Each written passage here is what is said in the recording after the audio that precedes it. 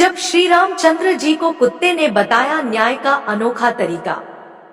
अयोध्या में श्री रामचंद्र जी का वनवास समाप्त हो चुका था और वे अपने घर लौट आए थे।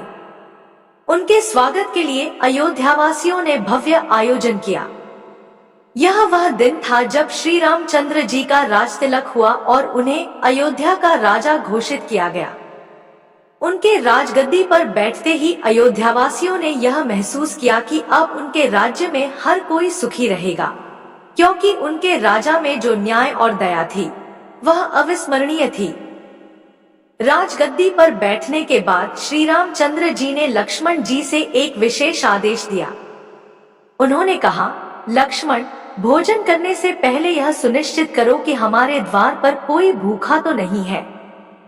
लक्ष्मण जी, जो हमेशा अपने भाई की आज्ञा का पालन करते थे, तुरंत बाहर गए और आवाज लगाई, कहीं कोई भूखा तो नहीं है। लेकिन उन्होंने किसी को भी भूखा नहीं पाया। वे वापस लौटे और श्री रामचंद्र जी से कहा, भैया, मैं आवाज लगा आया हूँ, कोई भी भूखा नहीं है। लेकिन श्री रामचंद्र जी ने कहा, लक्ष्मण, तुम फिर से जाओ और जोर से आवाज लगाओ, शायद कोई भूखा रह गया हो। लक्ष्मण जी ने अपने भाई के आदेश का पालन करते हुए फिर से बाहर जाकर जोर से आवाज लगाई, कहीं कोई भूखा तो नहीं है। इस बार कोई व्यक्ति नहीं, बल्कि एक कुत्ता रोते हुए दिखाई दिया। लक्ष्मण जी ने कुत्ते को देखा और अंदर आकर श्री रामचंद्र जी से कहा, भैया, बाहर कोई व्यक्ति भूखा नहीं है, परंतु एक कुत्ता अवश्य रो रहा है। श्री रामचंद्र जी ने तुरंत आदेश दिया, उसे अंदर लाओ। कुत्ते को महल के भीतर बुलाया गया। श्री रामचंद्र जी ने कुत्ते से पूछा, तुम क्यों रो रहे हो? कुत्ते ने दुहक भरे स्वर में कहा, एक ब्राह्मण ने मुझे डंडा मारा है। श्री रामचंद्र जी ने ब्राह्मण को महल में बुलवाया और उससे पूछा, क्या यह कुत्ता सही बोल रहा है? ब्राह्मण ने बगैर हिचकिचाए कहा, हाँ, यह कुत्ता मेरे रास्ते में सो रहा था, इसलिए मैंने इसे डंडा मारा है। कुत्ते जहां तहां सोते हैं, उन्हें डंडे से ही मारना चाहिए। यह सुनकर श्री रामचंद्र जी समझ गए कि ब्राह्मण की गलती थी, लेकिन उन्होंने बिना किसी पक्षपाती प्रतिक्रिया के मामले को शांतिपूर्वक सुलझाने का सोचा। उन्होंने कुत्ते से पूछा, तुम्हारी शिकायत तो सही है, परंतु तुम क्या चाहते हो? कुत्ता किचकिचाते हुए बोला, भगवान, इस ब्राह्मण को मठाधीश बना दिया जाए।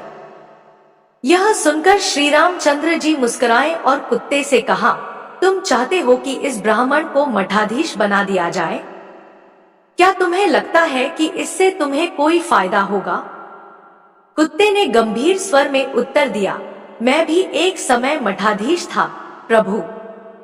मैंने भी गलत कार्य किए थे, जिसके परिणाम स्वरूप मुझे कुत्ते की योनि में जन्म मिला। अब मैं कुत्ते की तरह हर जगह पड़ा रहता हूँ और लोगों से डंडे खाता हूँ। यही मेरी सजा है। इस ब्राह्मण को भी मठाधीश बनाओ, ताकि वह भी कुत्ते की योनि में जाए और वह भी वही सजा भोगे जो मैंने भोगी। तब जाकर उसकी गलती की सजा पूरी होगी। श्री रामचंद्र जी ने कुत्ते की बातों को ध्यान से सुना और उनके न्यायपूर्ण विचारों की सराहना की। कुत्ते का यह अनोखा तरीका उनके लिए एक नया दृष्टिकोण था। उन्होंने समझ लिया कि सजा केवल दंड देने के लिए नहीं होती, बल्कि यह एक सीख देने का अवसर होती है, जिससे व्यक्ति को अपनी गलतियों का एहसास हो सके और वह सुधार की दिशा में बढ़े। इस घटना ने श्री रामचंद्र जी को यह समझने का अवसर दिया कि सही न्याय वही है, जो न केवल अपराधी को सजा दे, बल्कि उसे सुधारने का भी मौका दे। उन्होंने कुत्ते की बातों से यह शिक्षा ली कि हर जीव, चाहे वह मनुष्य हो या पशु, उसे अपने कर्मों के अनुसार फल मिलता है और यह फल ही उसके सुधार की दिशा तय करता है। तब से श्री रामचंद्र जी ने अपने राज्य में न्याय का एक नया तरीका अपनाया, जिसमें हर किसी को अपनी गलतियों को सुधारने का अवसर मिलता था, और यही उनके शासन का असली आधार बन गया।